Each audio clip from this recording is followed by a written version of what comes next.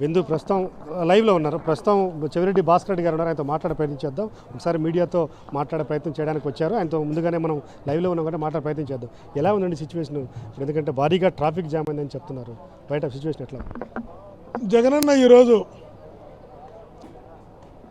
ఒంగోలు పార్లమెంట్లో పొదిలికి రావడంతో ఇక్కడ ఉన్నటువంటి రైతులందరూ కూడా మమ్మల్ని ఆదుకునే నాయకుడు వస్తున్నాడు, ఆ రోజు ఆదుకున్నాడు, ఈరోజు అండగా ఉండడానికి వస్తున్నాడు, రైతులకు ధైర్యం చెప్పడానికి వస్తున్నాడు, ఈ ప్రభుత్వంలో రైతులు పడుతున్న ఇబ్బందులు తెలుసుకొని రైతులకు భరోసా ఇవ్వడానికి వస్తున్నాడు అని రైతులందరూ కూడా తండోపతండాలుగా వేలాదిగా మీరు కానీ చూసినట్లయితే పొదిలి మొత్తం జన సముద్రంలా జనసంద్రంలా నిండిపోయింది. తన హెలిప్యాడ్లో దిగి కారు ఎక్కిన తర్వాత ఇక్కడికి రావడానికి వీలు లేని పరిస్థితి ఏర్పడ్డది.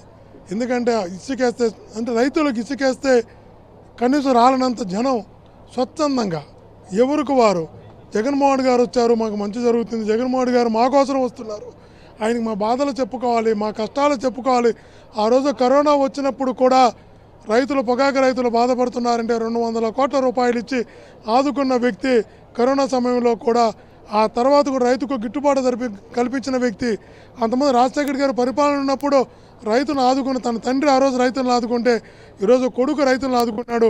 తర్వాత ముఖ్యమంత్రిగా వచ్చి ఈరోజు రాష్ట్ర పరిస్థితి ఎలా ఉంది అంటే నిజంగా కూడా రైతే రాజు అనుకుంటే రైతు కూలీ కూడా కాకుండా అన్నం పెట్టే రైతు అన్నం కూడా లేని పరిస్థితికి ఏర్పడ్డది.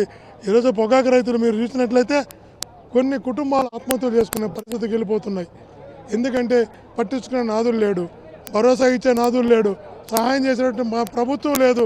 ఎంతసేపు ఈ ప్రభుత్వం అధికారాన్ని ఉపయోగించి వీళ్ళని అరెస్ట్ చేద్దామా, వాళ్ళని అరెస్ట్ చేద్దామా, వీళ్ళ మీద కేసులు పెడదామా, వాళ్ళ మీద కేసులు పెడదామా, వీళ్ళని అరెస్ట్ చేద్దామా, కక్ష సాధింపులతో రెడ్ బుక్ పాలన వైపు పరిగెడుతున్నారే తప్ప సామాన్య రైతును మనం బతికించాలనే ఆలోచన ఈ ప్రభుత్వానికి కనబడడం లేదు. అందుకే జగన్మోహన్ గారు ఈరోజు ఒక భరోసా ఇవ్వడానికి వస్తుంటే, ధైర్యం చెప్పడానికి వస్తుంటే తను రాలేనంతమంది జనాలు.